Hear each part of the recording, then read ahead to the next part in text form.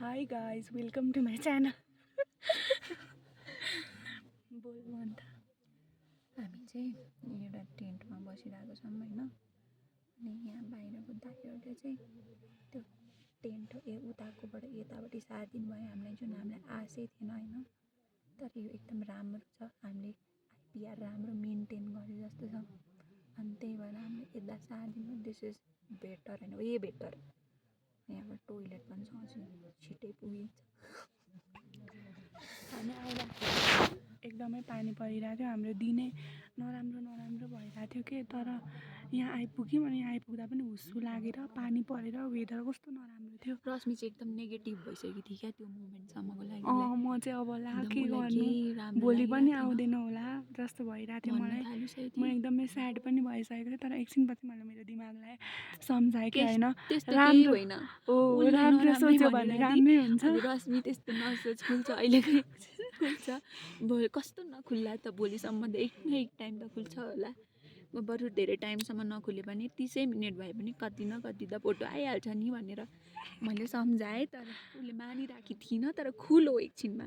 अनि हामी एकदम खुसी, यस्तो खुसी भयौँ होइन, हामी यस्तो खुसी भयौँ कि कुरै छोड्यो।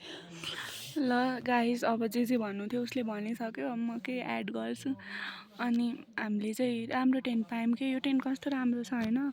तर लाइट रियलमा हेर्दा चाहिँ हाम्रो अनुहार कस्तो चम्किलो देख्छ कि, तर क्यामेरामा हेऱ्यो भने यो पिङ्क कलरको भएर सबैतिर पिङ्क कलर भएर एकदमै यस्तो कलर देखाइदिरहेछ। अनि हामीले चाहिँ यहाँ चार्ज पनि गऱ्यौँ होइन, फोन चार्ज गरिदिनु भयो। हाम्रो 87 जति भएको थियो चार्ज। अनि हामी फोटो खिच्न गयौँ। अनि त्यसपछि 47 भयो आउँदाखेरि। अनि त्यसपछि फेरि चार्ज गरिदिनु न भनेको, यहाँ त सोलर चल्ने रहेछ के। अनि अब त घाम पनि गयो, हुँदैन भन्नुभयो। अब हामी त्यो 47 भोलि बिहान 45 हुन्छ होला, स्विच अफै गरेर राखेको छौँ, त्यही पनि घट्छ। अनि बिहान हामीलाई एउटा अर्को डेस्टिनेसन जानु छ, टिकाधारा। अनि त्यहाँ गएर कति फोटो खिच्नु छ, त्यहाँ कस्तो छ अरे के गर्नु। कसरी फोटो खिच्ने हामी पावर ब्याङ्कमा चार्जै छैन। हामीले अब बाटोमा हिँड्दा कसैलाई साथी बनाएर हाम्रो प्लिज फोन चार्ज गरिदिनु भन्नुपर्ने छ, नत्र हामीसँग केही अप्सनै छैन। छन् साथीहरू छन्, हामीले के भन्नु टार्गेट लक गरेर राखेछौँ होइन गाइजहरू। तर अब उनीहरू चाहिँ कति बेला जान्छन् बिहान भन्ने हो हाम्रो कुरा होइन। हामी चाहिँ बिहानै कति 3 बजी उठेर 3:30मै निस्किदिने, बरु टर्च लाइट बालेर जाने भनेर सोचेको थियौँ। म पनि त्यही भनिरहेको छु क्या, 3 बजे नै उठ्यो अनि 3:30मा चाहिँ हिँडिदिने। अनि त्यति गरेपछि त कसो टाइममा नपुगेला र भ्यू नदेखिएला र त्यत्रो मिहिनेत गरेपछि त। उतै गएर सनराइज हेर्ने होइन। अनि इन्द्रदेव पनि खुसी हुनुहुन्छ जस्तो लाग्छ हामीदेखि। तर बिहान चाहिँ भिजाउनु भयो, अहिले त खुसी नै हुनुहुन्छ जस्तो लाग्छ। हामीले पक्कै पनि भ्यू हेर्न पाउनेछौँ होला गाइस होइन। हिजो पनि हामी दिनभरि भिज्यो के, दिनभरि भिज्यो। अनि त्यो जुन रोज अरे त्यो बुकी फुलमा धुरपाटनमा भिडियो बनाउँछन् त्योवाला पनि हामीले बनाएको त छौँ, तर कस्तो फुलै थिएन क्या। हामीलाई कहाँनिर फुल थियो भन्ने नै थाहा भएन। हामीले सोधेको, हामीलाई कसैले भनिदिएन। अनि भरे त रात पऱ्यो, यत्तिकै पानी पऱ्यो, हामी भिज्यौँ। हामीलाई झन्डै ज्वरो आएको धन्न, त्यहाँ आगो ताप्ने ठाउँ रहेछ र हामी आगो ताप्यौँ। अनि जुत्ता पुरै भिजेको, हाम्रो एउटा मात्र जुत्ता थियो।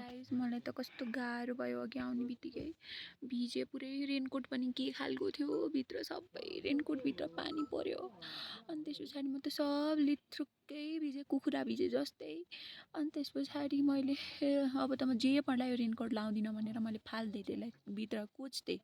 अनि त्यस पछाडि म भिज्दै आउँछु भनेर सोचेको थिएँ, तर थ्याङ्कफुल्ली पानी परेन। भोलि चाहिँ हामीलाई टिकाधारा जानु छ, होपफुल्ली पानी पर्दैन होला। यो भिडियोको मेन कन्क्लुजन चाहिँ के हो भने तपाईँहरू मनसुन ट्रेकमा नआउनुहोस्, किनकि एकदमै दुःख हुन्छ।